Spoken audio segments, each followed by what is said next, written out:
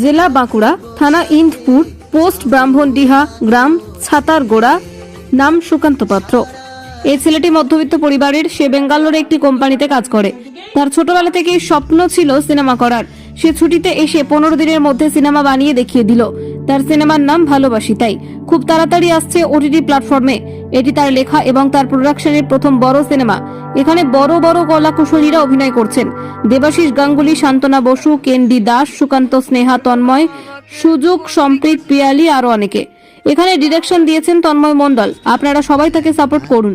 আগামী দিনে আরো যেন সে ভালো ভালো সিনেমা দর্শকদের উপহার দিতে পারে। আজ তার ট্রেলার রিলিজ হলো, আপনারা দেখুন। আর ইন্টারভিউ দেওয়ার পর বেরিয়ে পর আমাকে ফোন করবি। আচ্ছা, ছাড়লাম। ঠিক আছে।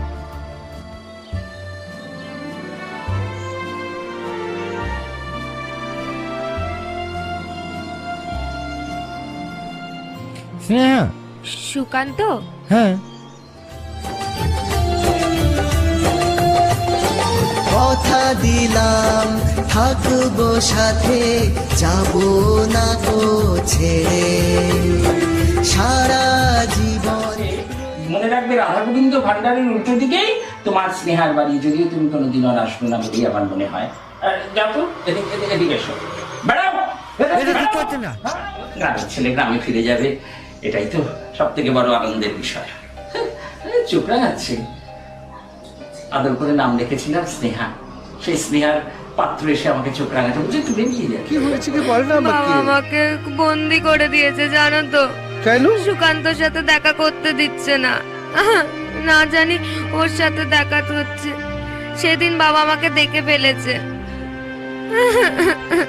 বলেছিলাম কিন্তু কোনো লাভ হয়নি। ভালোবাসতেই হবে। ভালোবাসা ছিল তো নাকি ছিল ছল, কেন আজ আমার দু চোখে ঝরে জল।